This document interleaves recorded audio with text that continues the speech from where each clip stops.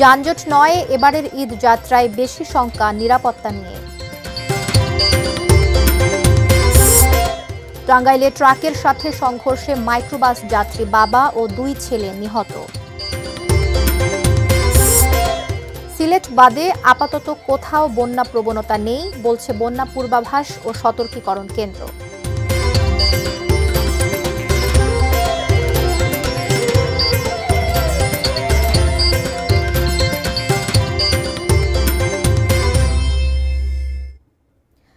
এটি নিউজ দেখছেন, দেশের খবরের সাথে আছি আমি জান্নাতুল ফিরদাউস কবিতা। এতক্ষণ শুনছিলেন আকিজ বশির গ্লাসের সৌজন্যে সংবাদ শিরোনামগুলো। এবারে পুরো খবর। শুরুতেই ঈদুল আজহা প্রসঙ্গ। এবারের ঈদে টানা 10 দিনের ছুটি, কিন্তু মাত্র 2 দিন আগে থেকে এই ছুটি শুরু। ফলে একসঙ্গে ঘরমুখ মানুষের চাপ বাড়বে, সেই সঙ্গে কোরবানির পশুবাহী যানবাহনের চাপ এবং মহাসড়কে পশুর হাটের শঙ্কা তো আছেই।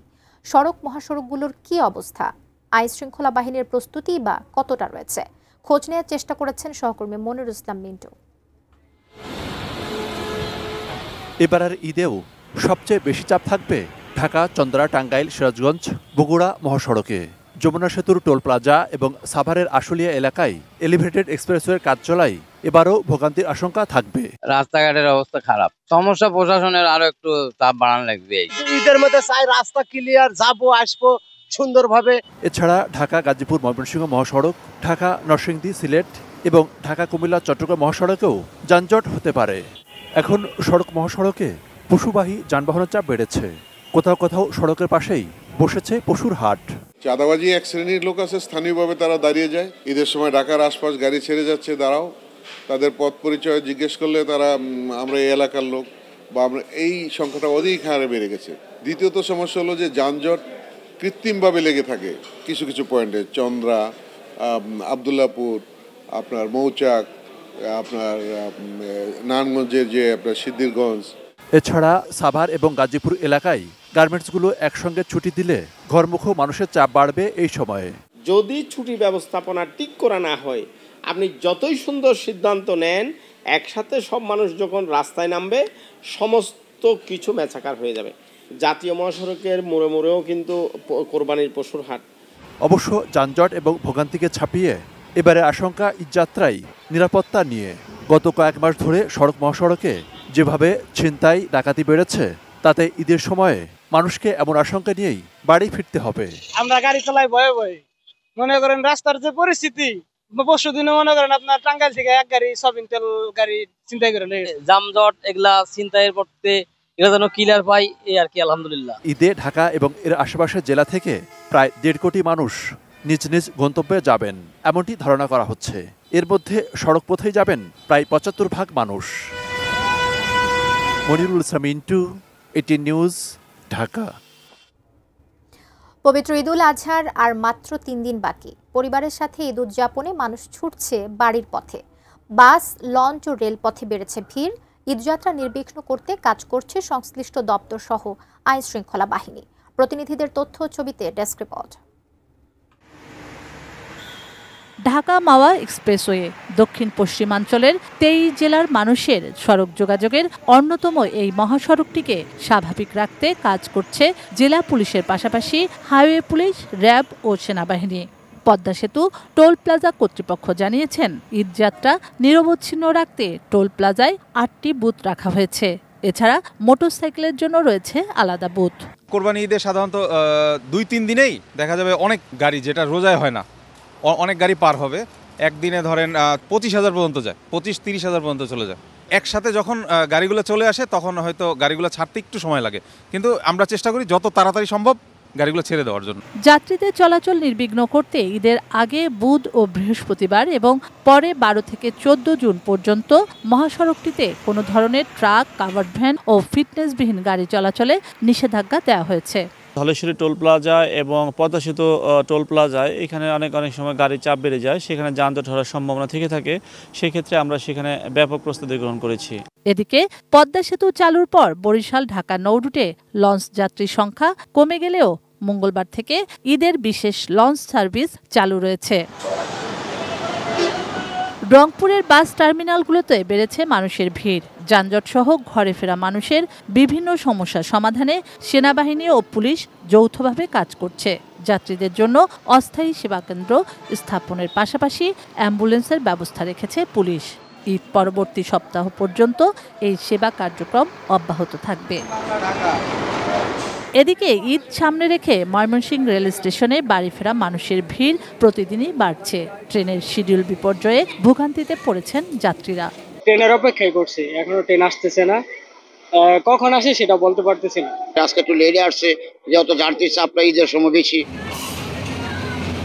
শুক্লা সরকার, ডেস্ক রিপোর্ট, এটিএন নিউজ। টাঙ্গাইলের বাসাইলে একটি মাইক্রোবাস নিয়ন্ত্রণ হারিয়ে মহাসড়কে দাঁড়িয়ে থাকা একটি ট্রাকের পেছনে ধাক্কা দিলে ঘটনাস্থলে বাবা ও 2 ছেলে নিহত হয়েছেন। আহত হয়েছেন আরও 3 জন। সকালে উপজেলার করাতিপাড়া বাইপাস এলাকায় ঢাকা টাঙ্গাইল মহাসড়কে এই দুর্ঘটনাটি ঘটে। নিহতরা হলেন শেরপুর সদর উপজেলার কামারচর গ্রামের আমজাদ মণ্ডল এবং তার 2 ছেলে রাহাত মণ্ডল ও অতুল মণ্ডল। এছাড়া আমজাদ মণ্ডলের স্ত্রী মাকসুদা মণ্ডল, ছেলে রাহাতের স্ত্রী মরিয়ম বেগম এবং মাইক্রোবাস চালক নাজমুল হোসেন আহত হয়েছেন। মাইক্রোবাসে করে পরিবারটি ঢাকা থেকে শেরপুর যাচ্ছিল।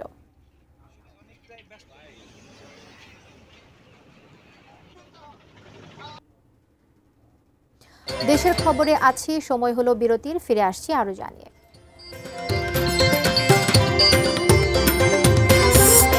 এক শ্রমিকের মৃত্যুকে কেন্দ্র করে শ্রীপুরে গার্মেন্টস কারখানায় ভাঙচুর।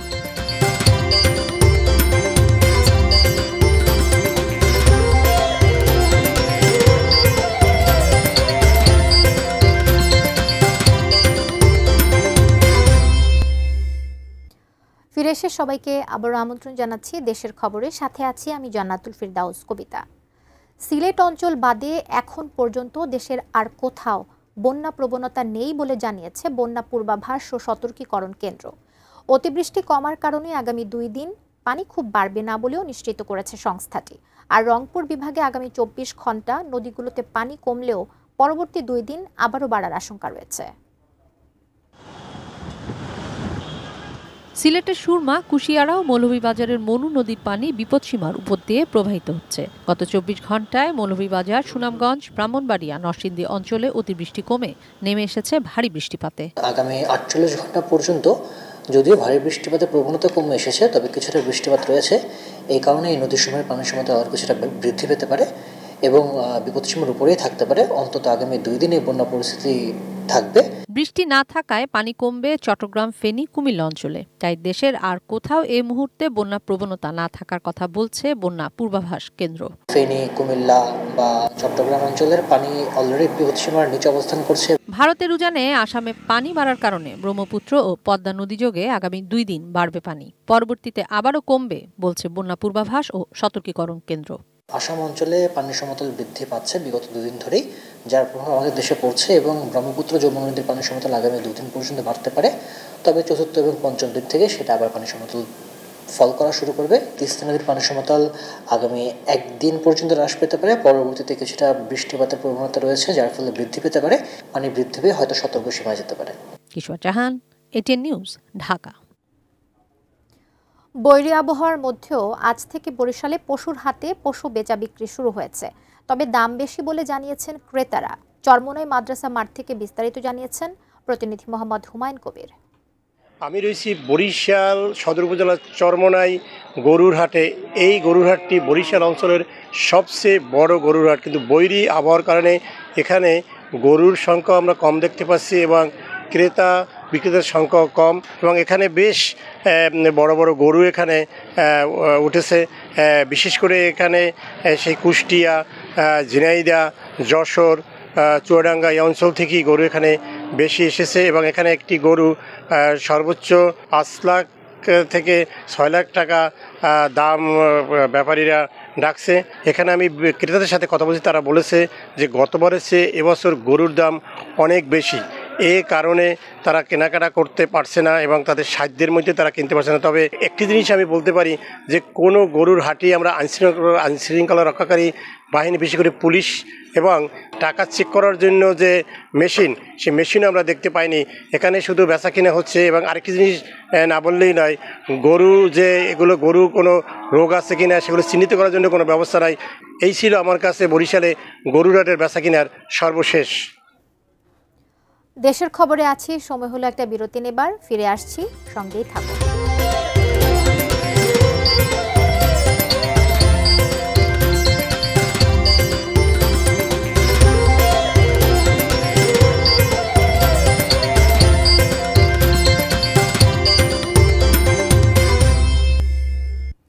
ফিরে এসে সবাইকে আবারও আমন্ত্রণ জানাচ্ছি। ঈদের ছুটি না পেয়ে গাজীপুরের শ্রীপুরে নয়নপুর নতুন বাজার এলাকার একটি পোশাক কারখানার ছাদ থেকে লাফিয়ে পড়ে মারা গেছেন এক শ্রমিক। এই ঘটনার পর আজ সকালে বিক্ষুব্ধ শ্রমিকরা কারখানা ভাঙচুরের চেষ্টা করলে পুলিশের সাথে তাদের সংঘর্ষ হয়। আহত হয়েছেন 11 পুলিশ সদস্য সহ অর্ধশত শ্রমিক। শ্রমিকরা জানান, গতকাল জিন্নাত নিটওয়্যার লিমিটেড কারখানার শ্রমিক জাকির হোসেন কর্তৃপক্ষের কাছে ছুটি চান, কিন্তু ছুটি না দিয়ে তার সঙ্গে দুর্ব্যবহার করায় ক্ষোভে অভিমানে কারখানার ছাদ থেকে লাফ দেন তিনি। গুরুতর আহত অবস্থায় তাকে ময়মনসিংহ মেডিকেল কলেজ হাসপাতালে নেওয়া হলে রাতে চিকিৎসকরা তাকে মৃত ঘোষণা করেন। শ্রীপুর থানার ভারপ্রাপ্ত কর্মকর্তা মোহাম্মদ আব্দুল বারিক জানান, এই ঘটনায় আজ সকালে কারখানায় ভাঙচুর এবং পুলিশের উপর হামলা চালায় শ্রমিকরা। এতে 11 পুলিশ ও অর্ধশত শ্রমিক আহত হন। এলাকায় এখন থমথমে পরিস্থিতি বিরাজ করছে।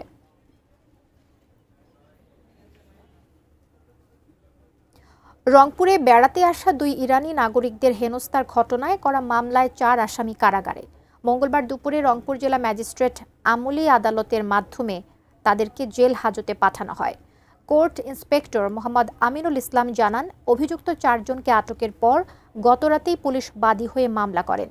আদালতের মাধ্যমে তাদের জেল হাজতে পাঠানো হয়েছে।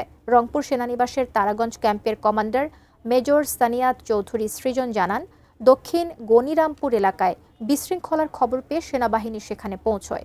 তারা দেখতে পান স্থানীয় লোকজন 2 বিদেশি নাগরিককে মারধর করছে।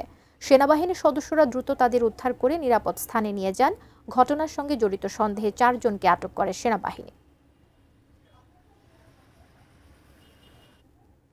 দেশের খবর শেষ করব, তবে যাবার আগে আকিজ বশির গ্লাসের সৌজন্যে শিরোনামগুলো দেখে নিচ্ছি এক নজরে আরও একবার।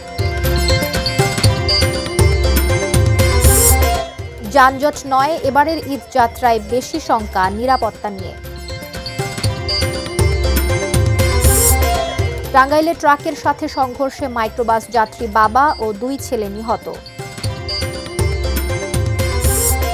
সিলেট বাদে আপাতত কোথাও বন্যা প্রবণতা নেই বলছে বন্যা পূর্বাভাস ও সতর্কীকরণ কেন্দ্র। এবং এক শ্রমিকের মৃত্যুকে কেন্দ্র করে শ্রীপুরে গার্মেন্টস কারখানায় ভাঙচুর।